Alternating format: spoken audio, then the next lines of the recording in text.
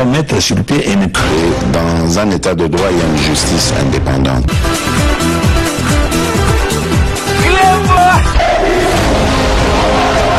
Ce n'est pas pour rien qu'il faut des conseils.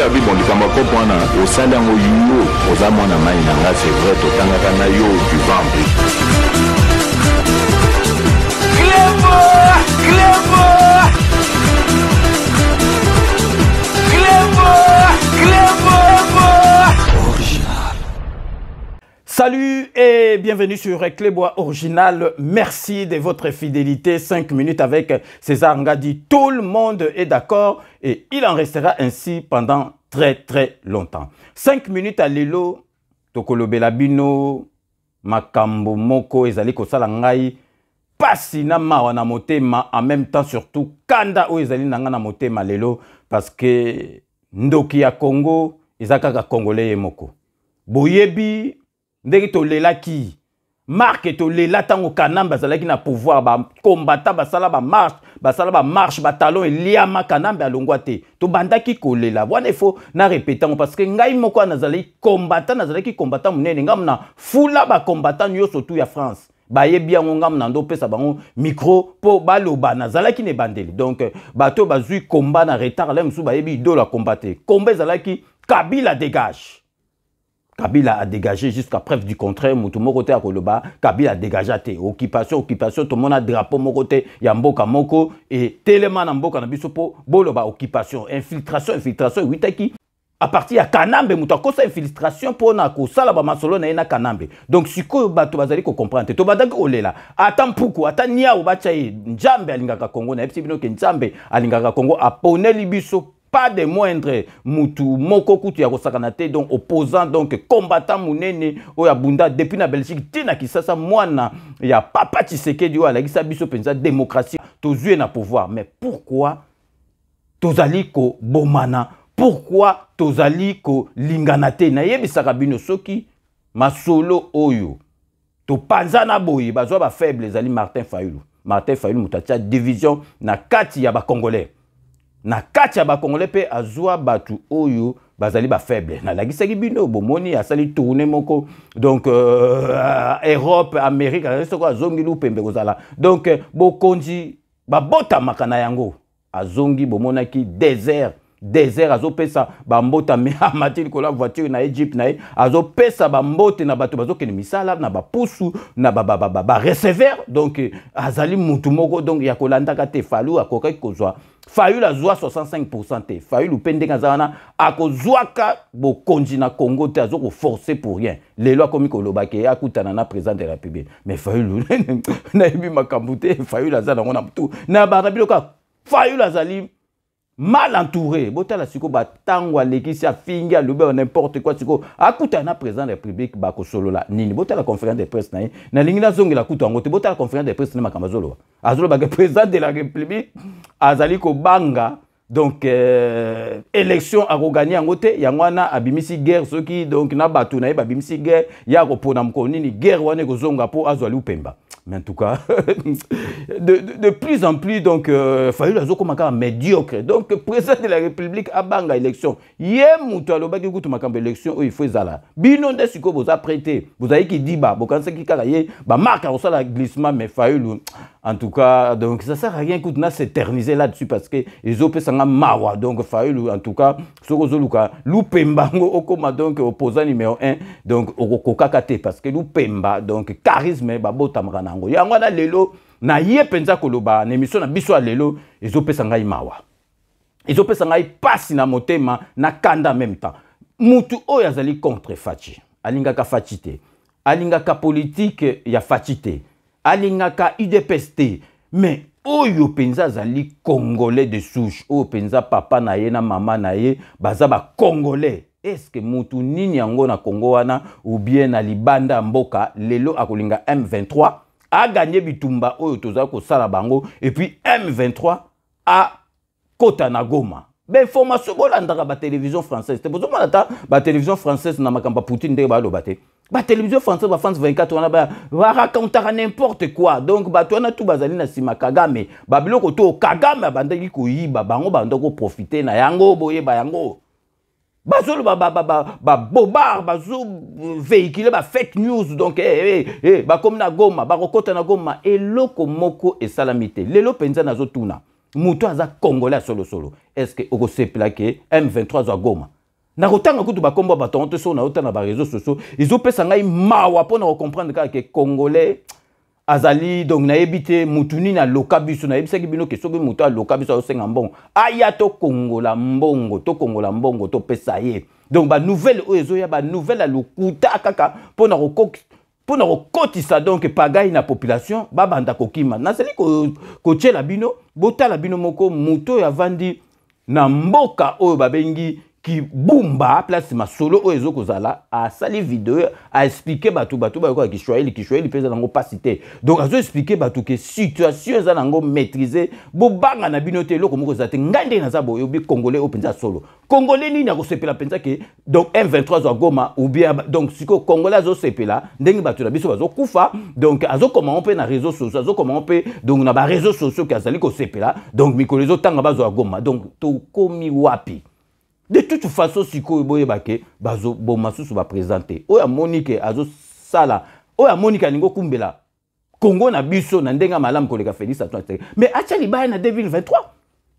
Palais présidentiel pas si que ça la mikuna so fatia bimi article ndako so changer bakiti. Donc sikoyo vraiment donc bakoboma ka susu ba président te atandenge nini donc oya kei article muninga bonabo. Donc président de la République et puis boye ba ke na 2023 bosa na mutu to ngo tcha libaya acha na ye me boye ba ke Félix ako lia mutu nyoso tu oyo akotia libaya nazo la bino botala bino moko vidéo ya ndeko na biso congolais na ville oyo babengi Kibumba na côté est parce ba guerre zali koleka ndenge a relater biso situation oyo ezali koleka kuna à ce jour. Donc restez connectés sur Reclebo Original, on revient tout de suite.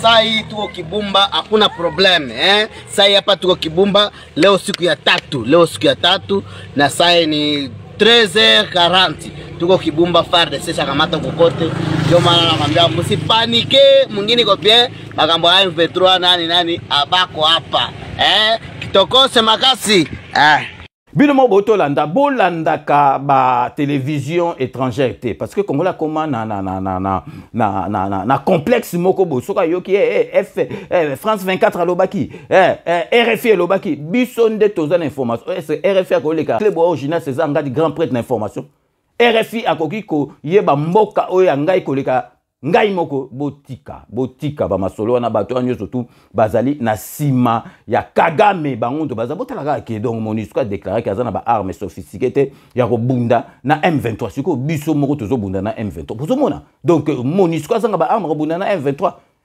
Mais on est dans une situation extrêmement difficile. Vous voyez, l'M23. L'M23 a été, comme vous savez, la raison de ces dernières manifestations. Le fait que les Nations Unies ne sont pas capables de battre l'M23. La vérité, c'est que l'M23 aujourd'hui est une armée moderne, avec des équipements lourds qui sont plus perfectionnés que les équipements de la MONUSCO. Botika kolanda batouane et puis donc vraiment botala bino moko bozota na président pensa ya boy. Oya tchaka ma bolongo na ye na semu kolonyo surtout azo tchama bolongo na ye pour sambela pona mboka na biso muto akoiko kokaete. Donc na yebsaka bino que président de la République azali na mission moko divine. Donc on nzamba tinda ye pona Congo il fait bonga. Soki nzamba pesi yo pouvoir pesi yo musala moko bo aropeso pe banzela nyo surtout efongwama. Donc vraiment congolais donc congolais azali ko sepela. Ndoki ya congolais wana baza ba congolais te baza ba ndoki ya congolais na ba étranger aza ko sepela ke M23 zo Goma. Donc en tout cas na vanda penza na tala epesa ngai mawa na motema na yebite vraiment eloko nini ezoleka na mitu ya ba congolais et puis na la Sabino eloko ezo boma na mboka na biso président de la République asalo bakiango na la Sabino bozali komona donc dans la Sabino botala bino moko richesse o eza na est kuna pourquoi guerre ngo eza ba côté musu te na pesa bino ka exemple ka moko lithium oyo donc bozotala ke basali yango kaka ba tutisi libanga ba ti basinga boy ezopesa donc électricité na ba minéraux mususu yango wana ezosala makamo botala kaka expérience ba ti bino ya lithium botala ka ba efrakata ndenge nini ezo ya na Congo parce que à cause de richesse na biso bino moko bolanda tosha tia tena tosha tia Tosha. Tia tena kwanza. Wache kwanza tuone kama itafaa namna gani. Tosha. Hili juli kwa moto kama tele ingine. Bino mo bolandi wana ezaka exemple moko ya lithium basangisi bongo siko so totali ba cuivre ba or donc ba masolo ndengi na ndengi président de la République asalo ba kion on a la kisaki bino zonk c'est la bino botala tango kutana ki na ba députés nationaux na ba sénateurs o aloba ki mboka na biso so tosali ke bate toko komaka na guerre libela parce que bazolanda richesse na biso boyebi ke Kagame ezali masolo musute donc a kotisaka guerre ba kota est wana ezala stabilité ezala déstabiliser pour ya yibaka fakola ka ba minéraux na biso ba kabola kango na ba pays misusu ya poto donc yango na alingi guerre si la raté mais boyebake guerre wana ndenge na epsaki bino avec Fachi Beton soki silité ekosi la raté bino mobolanda oyo Fachi Beton aloba concernant makambo oyo richesse na biso oyo ezali ko lukela biso makambo ou plus de 60% des minerais stratégiques, ceux qui vont faire l'économie de demain, se trouvent ici au Congo. Mais si nous sommes distraits, vous savez ce qui risque de nous arriver? Mais on va nous faire une guerre ici, comme en Irak, comme en Afghanistan. Des multinationales vont prendre des pans entiers de notre pays et vont les diriger avec des seigneurs de guerre uniquement pour exploiter nos richesses. Et demain, quand il n'y aura plus rien, on nous abandonnera et nous ressemblerons à la Somalie. C'est ça qui risque de nous arriver si nous ne sommes pas vigilants. Mais tout ça demande de la concentration, du sérieux. Si nous ne faisons pas attention, comme je vous l'ai dit, on va nous diviser, on va nous séparer pour notre propre malheur. Et nous n'aurons que nos yeux pour pleurer. Et moi, ça ne m'a jamais traversé l'esprit comme scénario. Donc je ne suis pas prêt, c'est pour vous montrer la détermination que j'ai, je ne suis pas prêt à vivre un tel scénario. Je veux conduire mon pays de telle sorte que demain, après-demain, dans 100 ans, dans 1000 ans, tout le temps que ce pays, que ce monde sera monde, que le Congo reste uni, que les Congolaises et les Congolais vivent heureux dans leur pays, heureux et libres. Et ça, c'est possible, ça dépend que de nous. Parce que lorsqu'on vient déstabiliser un pays, on ne le fait pas directement de l'extérieur. On le fait grâce à des répondants que l'on trouve à l'intérieur. Et si nous ne faisons pas attention, nous restons distraits, moi j'appelle ça de la distraction, alors à ce moment-là, oui, on nous déstabilisera. Mais battons-nous parce que il n'est pas question qu'on vive cela. Binomo Bolandi, est-ce que biso mututo senga ki nzamba pesa biso richesse naturelle o ezawana talaga na makambo ya réchauffement climatique Congo kaka ya biso nde toza la solution parce que Zamba Amazonie après biso donc yango kaka mutu Congo makambo suka na centre ya mboka na biso yango moni batu tout bazo convoiter biso batu tout baza na haine pour na biso donc tokoki ko vanda ta niete il faut kaka basala ba masolo ke ba déstabiliser masolo na biso ezali vraiment pasi na mawa na motema to marqué pause publicitaire na biso boyebi Kodia Simo ezali vraiment société OEPC vraiment chance na Congolais nyoso surtout diaspora parce que bon bazali ba na diaspora boza na ndaku na ba norme moko international ba ndaku neta mikili mena kati ya Kisasa na Maluku et puis ko payer cash te crédit ndenge le kaka na poto ya on a bato bazo comprendre te ndenge ni masolo boye kaka na Kisasa na Congo za cash crédit bango moko ba s'occuper na crédit au réservé kaka donc na 2023 bazo livré déjà ba première ndaku donc vraiment Kodia Simo asali nyoso tout pour mutu nyoso tout azo bandako azu ndaku te loba ye moko kaka pe ezaka trop tard te bubenga Kodia Simo a retrouver bino solution bobo ça na kati ya Paris solution bandako eza pasi awa pasi pozo ndako mais solution ezwama na Kitenge appartement pichu Kitenge appartement azwa solution ça na agence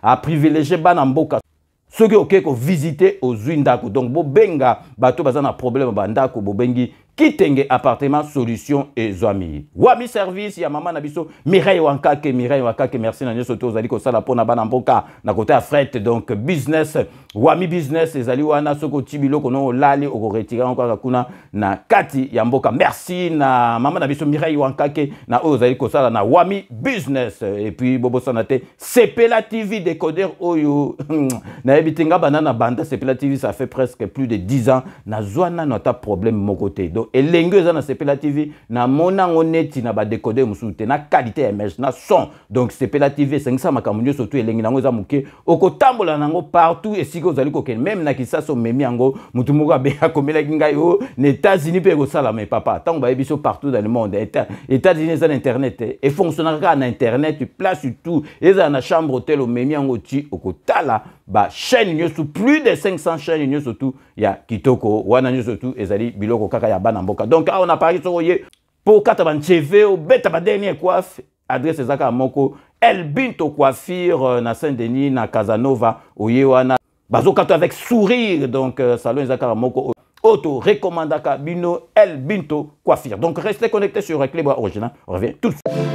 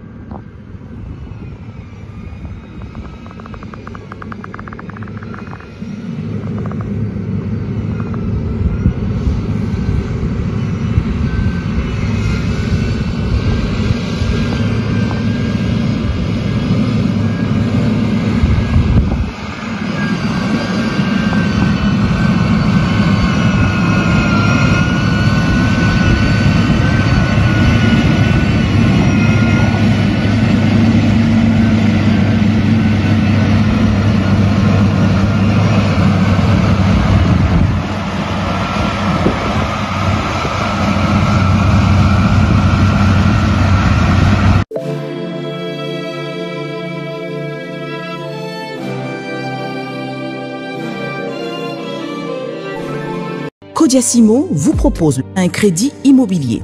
Vous êtes du Congo ou de sa diaspora? Vous désirez devenir propriétaire en RDC et faire construire votre maison en toute quiétude? Obtenez votre crédit, puis commencez son remboursement uniquement dès la livraison de votre maison. À la Cité Kimia, nos maisons seront toutes construites aux normes internationales. Située à seulement 25 minutes de l'aéroport de Njili, 10 minutes de Safari Beach, au cœur de cette cité moderne, vous y trouverez aussi un centre commercial avec plusieurs commerces de proximité. Nos bureaux sont situés au 173 avenue Mutombokachi, dans la commune de La Gombe, référence rond-point Forescom. Venez dès à présent réserver votre lot dans ce nouveau havre de paix à Maluku, ce nouvel Eldorado au Congo. Codiasimo, la meilleure adresse pour construire la vôtre. Kilelo, qui t'apparte, pichu qui t'engue. Tu as opé sa appartement na kacha poto. Solution monani. Ozana posa ya salle à concert, salle ya mariage, pichu qui t'engue appartement. Osala location ya restaurant, obenga qui t'apparte, pichu qui t'engue appartement. Ozana posa ya événement, au défilé de mode, oh ba mama ba roya réunion, oh soki nini. Pichu Kitenge appartement qui t'apparte. Ozana besoin ya louer terrain. Oh na banda otumbaka tabana ngai na nenga poto zone industrielle qui t'apparte Pichu Kitenge appartement. Olingi ofungola oh ba bureau qui t'apparte Pichu Kitenge appartement. Numéro ya téléphone 0033 75 14 32 126. Benga na qui t'apparte Pichu Kitenge appartement. Olingi ko sala achat et lupangu na poto ozana Kisasa, ozana Ngola, Pichu Kitenge. Ba Kitenge ba ebele mais wana kita part. Check.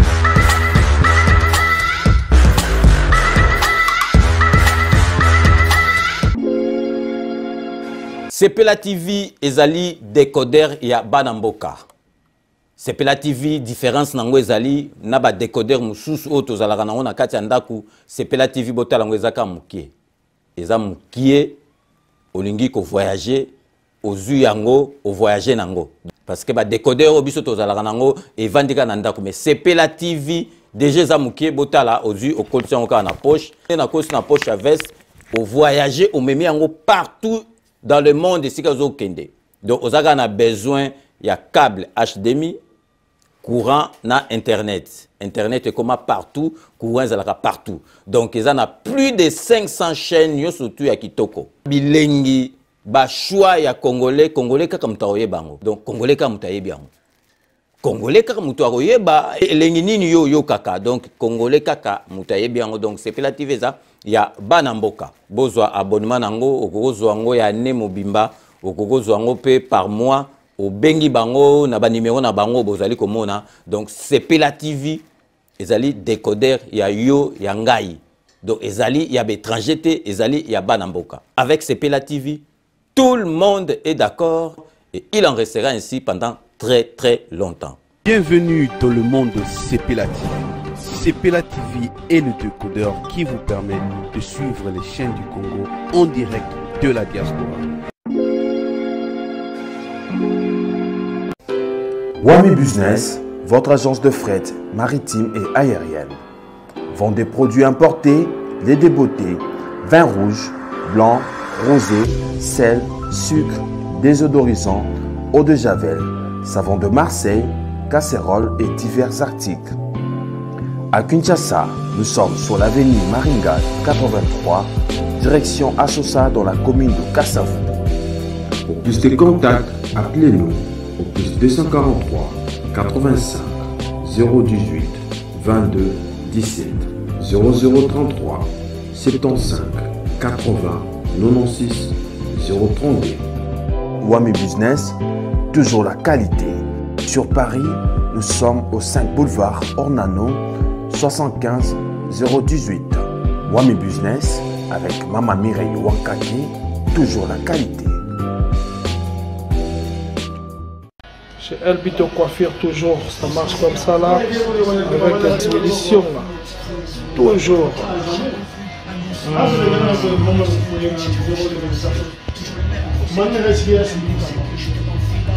Salon Member One, chez Elbito Coiffure.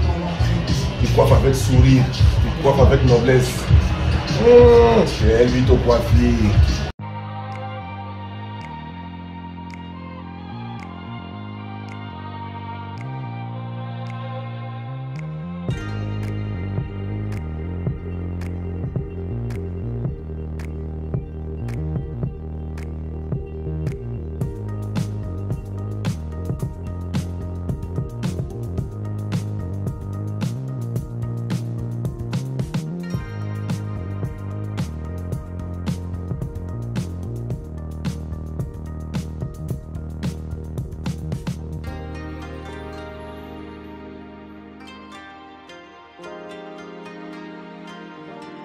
Bino Morobo Witi Kolanda, vraiment ba partenaire Nabuso, merci Nabango, merci P Nabino et puis bienvenue pour ceux qui viennent de nous rejoindre après ces bandes annonces relatives à nos partenaires. Donc vraiment bon pesa bango confiance parce que bango ba pesa biso confiance na epsa kabino bango ba misusu ba komba ces angadi ba pub ezali belle télévision et vivara na ba pub biso tozali télévision sur internet to vivara na ba pub ba to ba foute la rabiso ba espace ezali pona ko aider biso parce que to travailler na ba moyen de bord na biso na ba mbongo na biso moko tozo profiter bato peso ba ngo aider biso bo hésiter te PayPal ezali IBAN ezali wana ba moyen nyo surtout bo aider chaîne na bino. Donc sikoyo avant to kende na deuxième sujet na biso parce que toza na deux sujets na kati ya émission to ko revenir sur expulsion ya journaliste oya moi si Sonia ya française wana pour bato balobaki trop. Le long na robimsela bino vérité botala ceux qui ezali vraiment makambo oyo ko salama na mboka na biso parce que makambo oyo bando salama kala et pas kanambe et salama ka susute na mboka na biso ba chinois ba koma ko spitse bango ba indien ba koma ko spitse bango ba indien ba koma ki donc Congo koma ba ko beta kutu ba na mboka ba mbata ba zo ba carré minier na bango donc avec pays neti ya Félix Antoine Tshisekedi parce que moi moi na poto donc ça na complexe ata mukete na expliquer bien pourquoi ba bengana ki donc journaliste on a française Sonia donc relais n'a qu'à expliquer bien mais avant de continuer ma sœur Nabiso tous allez tenir vraiment couper sa félicitation na ndeko Nabiso na collègue Nabiso Christian Bosembe oyo ba nommé na ba série ba nomination au président de la République Asali ba nommé en tant que président il y a conseil d'administration il y a CESAC ou ezali conseil supérieur de l'audiovisuel et de la communication. Donc vraiment, toutes nos félicitations. Christian Bosembe a mérité.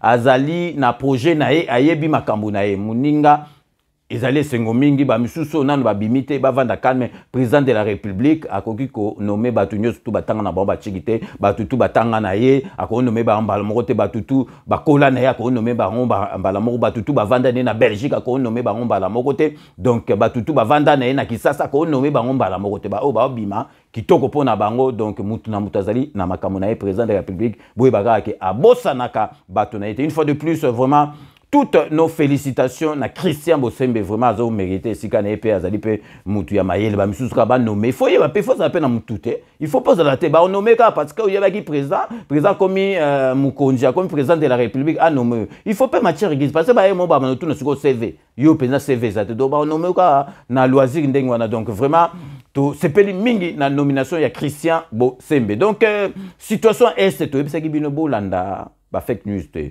bolanda désinformation te bozala na confiance parce que ezali makambo bomba te lelo soki masolo baluki ndenge mususu vraiment ezali ya bomba te bakolo bakaka yango donc siko yango na tokoti na deuxième sujet na biso tozali ko expliquer bino masolo oyo ya journaliste française Sonia Rollet parce que bate belé balobi bilobela oyo ezangatina donc yango na lelo siko nazali ko expliquer bino makambo oyo ye asalaki po boye ba soki vraiment na mboka ya Félix Antoine Tshisekedi makambo ya boye ekoki kozala po boye bake na mboka Félix Antoine Tshisekedi makambo ya boye ekoki ko salamaka lisusu te donc na expliquer bino journaliste wana ayaki elle est arrivée aye na visa moko de courtoisie na septembre 2022 pour recouvrir boyebi COP 22 préparation na ngwezalaki na Kisasa aye donc il fallait azonga après événement wana ya COP 27 mais ye to évité par un tour de passe-passe aye kozwa donc aye qu'obtenir un visa touristique na Kisasa na biso wana na Congo na biso yemta yagi pona makamba COP asali sobi COP ni na ngasa so makamni yagi pona COP 27 à se retrouver na visa touristique après aye ko solliciter en même temps comme na visa touristique aye ko solliciter en même temps ba pesa accréditation ba boyi accréditation parce que ba yebi ndenga yelaki sikoyo visa touristique wana ezalaki lisusu na tina moko Yako se produitait donc le visa touristique n'avait plus de raison de produire ses effets. Azwaki visa wana touristique d'une manière frauduleuse. Donc si koyo tango baboyi masolo wana, il faut abîmer ça sous makamne takalate aye na visa moko ya courtoisie ba journaliste bango couvrir donc COP 27 barbo yate aye. Après wana il fallait azonga. Ye azongi te asali soki magini nango wana a se retrouver na visa moko touristique, visa touristique, c'est quoi profiter pour asenga accréditation et boya maki tango et boya Mexico visa touristique ne wana za sous na valeur te et go sala maka li sous te donc il faut azonga parce que azwa ki ngo na ndenge moko COP na manière moko frauduleuse siko ba benganie siko bino bilobela boy siko boyebite ke donc Félix Antoine Tshisekedi na mboka na biso ezali susu masolo ko sakana te o yena ba contretemps donc choba bengani ozala nani parce que Félix Antoine Tshisekedi complexe ezati ye moko na poto et puis ye moko diaspora ayebi ndenge batu ba souffra na masolo oyo ya y a ba visa awa ya ba ni yo siko yo donc awa na mboko yo na France ou bien na Belgique ou bien na Londres au gros ça ba je yo journaliste na Sonia Salaki et ça la makate e bando ça la makala na l'air ya kanambe donc ya wana lelo na lingai vraiment na beta CT penza na masolo parce que na pays o ya Félix Antoine Tshisekedi complaisance ezali sous te ba chinois bazo chasser bango bendie bazo chasser bango donc ezali kutu donc j'étais na zola kisabino botala ba image na poneli bino autant bazo chasser bendie donc bazo chasser ba chinois donc pour na ba visa moniato na ba visa soki ya marque ni bazo ki.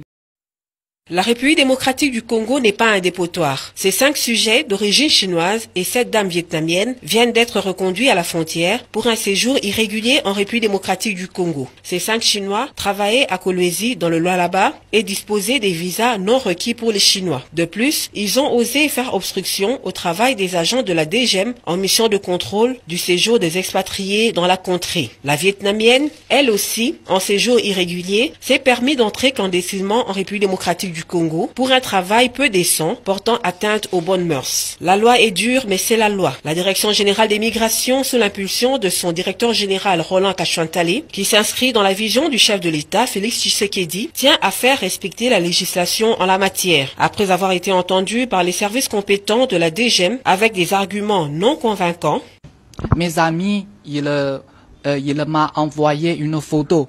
C'est un dossier de DGM. Donc, sur le papier, j'ai vu que leur mission est le contrôle de séjour. Donc, quand ils sont arrivés à notre chantier, ils nous demandent le passeport pour le contrôle. Et puis, on collabore. On donne les passeports, les photocopies du passeport pour leur contrôle. Et comme ça, les gens dedans, comme ils ne comprennent pas le français, ils croient que les agents viennent ici pour prendre leur passeport et puis ils sortent. Donc ils ont peur. Donc ils ferment la porte. Ces 6 expatriés ont été expulsés du territoire congolais par l'aéroport de Njili, où ils ont été embarqués à bord d'un régulier d'une compagnie aérienne. Donc azanga visa mais azana ba carré minier azo fonctionner parce que général moko azali na sima parce que ministre moko azali na sima donc azana parapluie na moko likolo oyo ke soko ba toucher abengi na téléphone yo ba kangi yo ba yebi ba tebele ba sala donc yo attaquer chinois zuka téléphone abengi ba yeba kangi yo mwana mboka mais na mboka siko ya Félix Antoine Tshisekedi makambo wana ekoki ko salema li susute donc avant to comme na suka ya émission na biso na lingi na la Sabino parce que omoni mutu o azali malamu nazali ko lakisa bino exemple à suivre ya vice gouverneur ya ville ya Kisasa Jekoko Mulumba botala masola sala na Kingabwa batie siko vice gouverneur ya ville ya Kisasa masola azali ko sala na ville ya Kisasa donc nanu salama te bozali ko mona donc bato bacha donc tonga bandaku ba kiosque na banzela balabala na ko lakisa bino descente na etango sala ki donc na bandal boko mona batumsu batonga ba kiosque likolo a caniveau tango bomona o mai etondi bozolo ba Félix Antoine Tshisekedi donc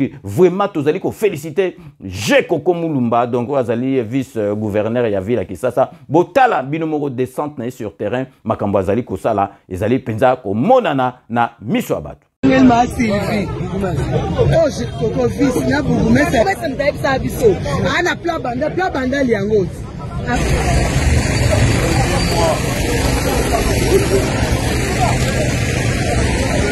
Voilà, nous sommes toujours à Bandal. Là, par exemple, vous remarquez qu'à niveau est limois. C'est-à-dire que la construction bateau et matériel à niveau, maille moyen les cas, et dans société, voilà. Qu'à niveau est limois nango. Voilà.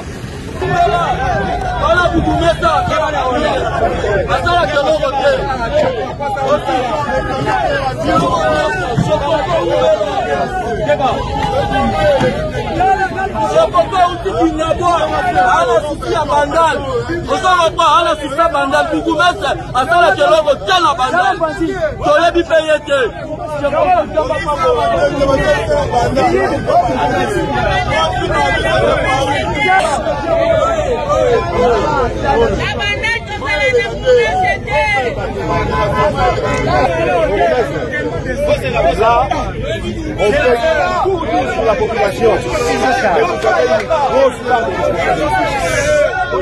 On peut tout dire sur la population.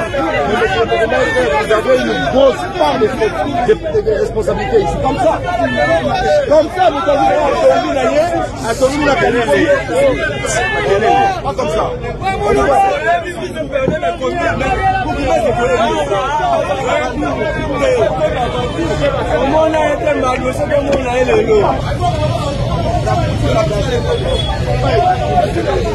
On a fait magasin pour quel est le on va salir ça il y a dengue, on les cherche.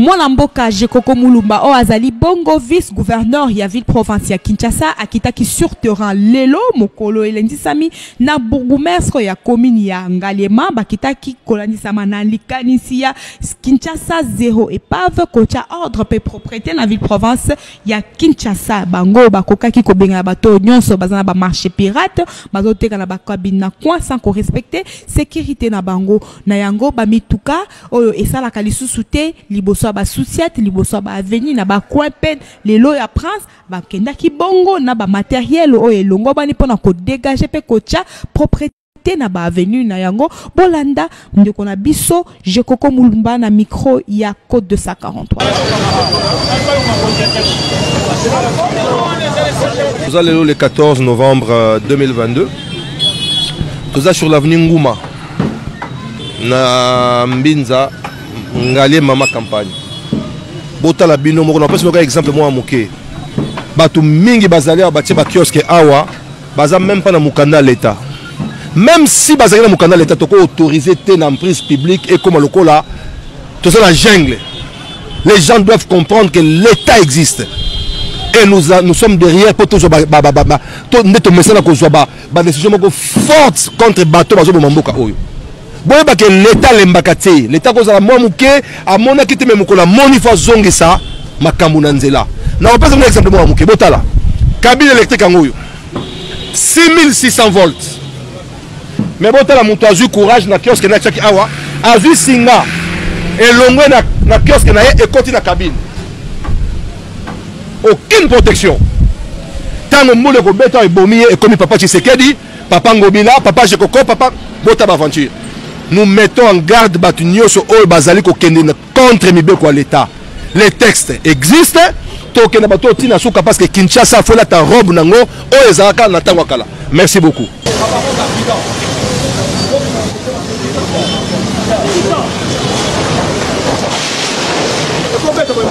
Bino mo bomoni donc ezali esengo au monde apenza mutazo sale la mboka parce que ye masolo ana banda kale ezate que ceux qui a commis vice-gouverneur ya ville à Kinshasa a changer parce que ezali na ye na kati ya nzoto na ye donc vraiment to tenaki vraiment to lekisango na kati ya émission na biso po batu penza ba mona oyo penza ezali ko salama musala kitoko oyo ezali ko salama vraiment na gouverneur na biso Jekoko Mulumba oyo sala musala vraiment malamu ezali penza exemple à suivre. Donc to komi na suka ya émission na biso to linga to beta penza c'était to la sabino ke congolais ndoki kaka ya congolais za congolais et puis to zongela sur expulsion ya journaliste Sonia parce que batu balobaki bilobela ebele donc vraiment ezali pasina na motema congolais linga mboka na président Félix Antoine Tshisekedi akosala de mandat na yendenge alobaki ekosala mape na pepele nyoso après akotika o amonike ya akosala malamu ou bien azosala donc Félix Antoine Tshisekedi azosala mabe amekana na 2023 total ay parce que liama Félix Antoine Tshisekedi si musala ne akotika mboka na kitoko nyonso tu ndenge ye marque oyo ye ayaki ko hérité te parce que akutia mboka ekufa tanga lobaki mboka ekufa bato bilobela mboka on ekufa mutazola msango zali Félix Antoine Tshisekedi batu oyo bazo comparer penza ke Kanambe o président de la République botika ba comparaison wana parce que autozui azali mwana mboka botala kaka nazwa kaka dans 2 ans na 18 ans Kanambe 120 bus ya Transco na 2 ans pamba Fachi Béton, 440 bus, tout le monde dans la province. Na 18 ans, 0 bateau. Na 2 ans en Pamba, na juste sur 2 ans, na 2 ans en Pamba, tout le monde a 4 bateaux de pêche. À 18 ans toujours, il y a Kanambe, Boebi Masolo, il y a chemin de fer, na Bisso. Donc, et quoi qui faillite, si quoi NCC, ils allaient relancer grâce à présent Fachi. Donc, Tokei, na 18 ans, Kanambe, Miba.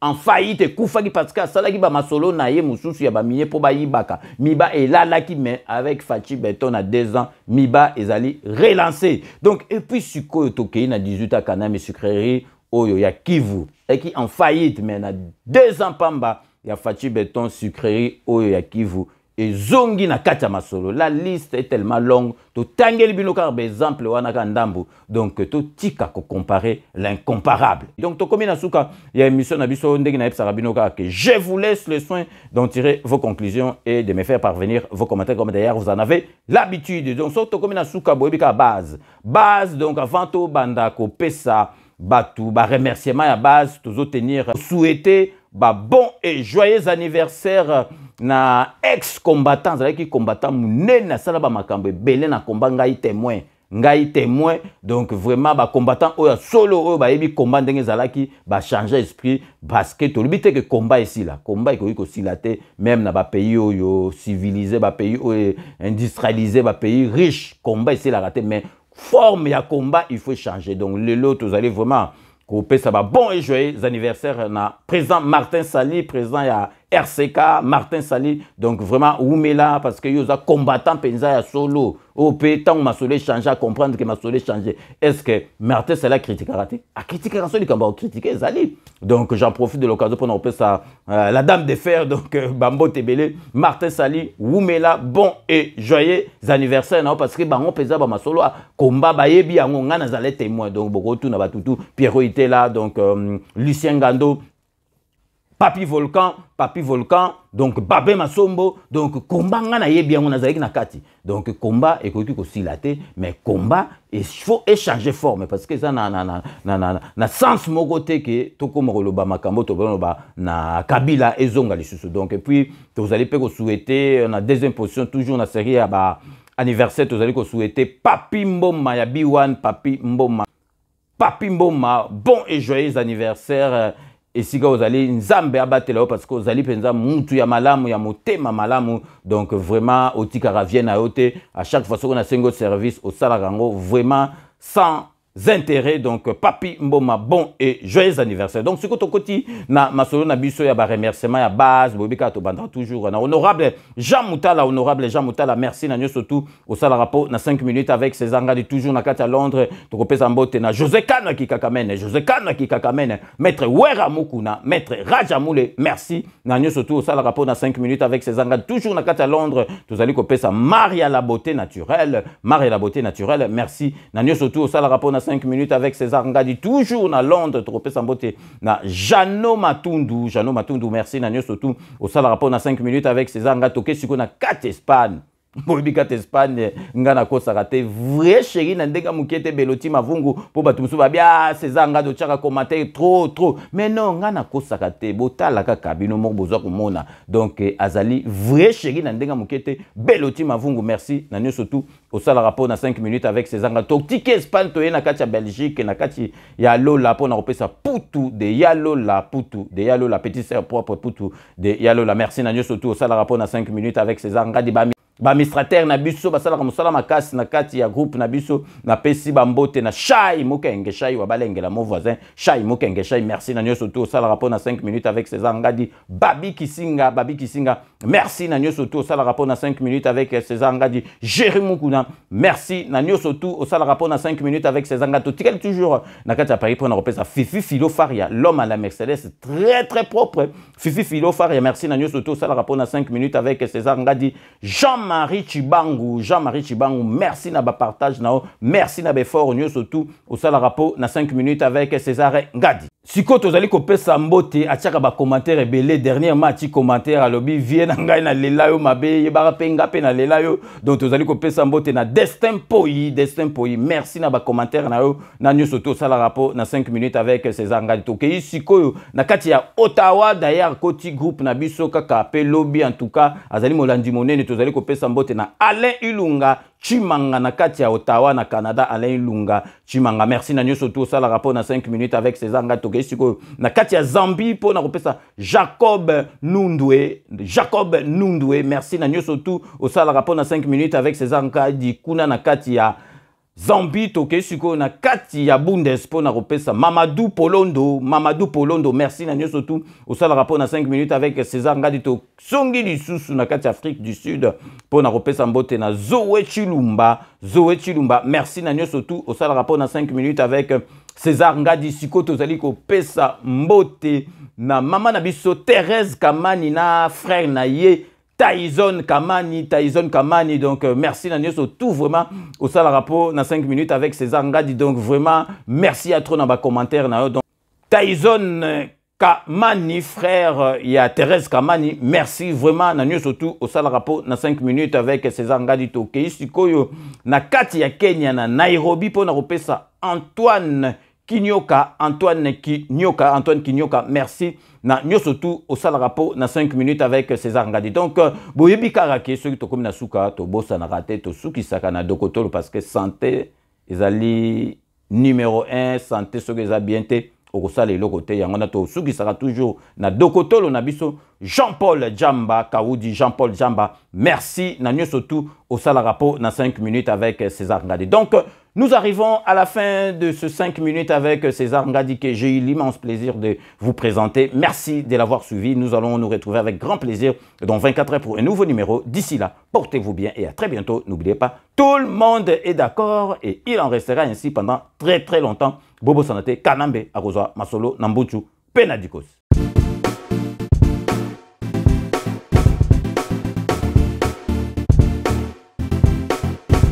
On doit mettre sur pied et mettre dans un état de droit et une justice indépendante.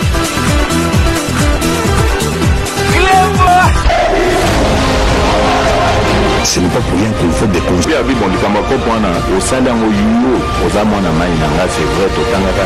tu vends.